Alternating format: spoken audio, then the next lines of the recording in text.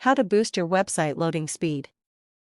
If you happened to drop by one of the Google blogs in early April, you likely saw that site speed is joining the list of over 200 different indicators for search rankings.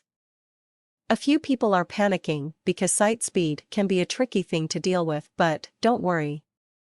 Your site speed does not have to be the determining factor in your overall search engine ranking.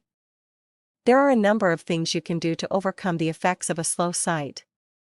You just need to take some time and rethink a few basic details. Also, keep in mind that, as Matt Cutts has said on his own blog, this change affects less than 1% of websites, and even then the effects are minimal. Unless your site is crawling along at ungodly slow speeds, you'll probably be fine. Optimizing for loading times. For how to actually boost the loading time of your website, there are quite a few things you can do. To start with, Google provides endless tools for how to boost your site speed. If you have your site submitted in Webmaster Tools, you can review site speed boosting tips there. Additionally, Google has offered the following tips for how to boost your site speed: compression and compiling. One of the many tools that Google is touting of late is compression, specifically gzip compression.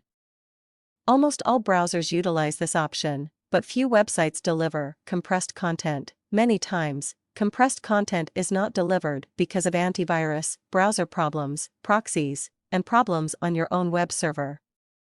Educating your readers about ideal browsers and then optimizing your own server can help with this. I would talk to a programmer for the technical side of this, but if you have a content-heavy site, compression is a good tool to reduce load times.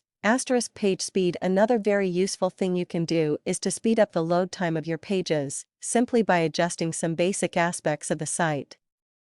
Google wants site owners to compress their images using PNG files when possible, as they can be reduced in size more easily. They are also telling site owners to shrink down JavaScript using tools like JSMIN to minimize the files and compress them on the server. Additionally, having a programmer clean up any unused CSS can be highly effective. Often, CSS in a template website may never be used. Large templates might have endless lists of CSS that can be removed to speed up your page load speeds. More text, less media. Media is important, but it needs to be used carefully. Hosted Flash sites are a major drain on loading speed, as are massive image maps or GIFs that take up huge chunks of space. The easiest way to solve these problems is to keep your site designs simple and minimal. If you have videos, host them on YouTube and don't load them when the site opens. If you have images, compress them and cut down on their size. Additionally, the amount of text on any one page can be controlled. If you own a blog, cut down the number of posts on page 1 to 5 instead of 10. If you have a sales page, keep the word count under 3,000 words. Simple tasks like this will have a tremendous impact. Luckily for us, site speed is less of an issue today than it was 10 years ago. Technology makes having a fast website relatively easy.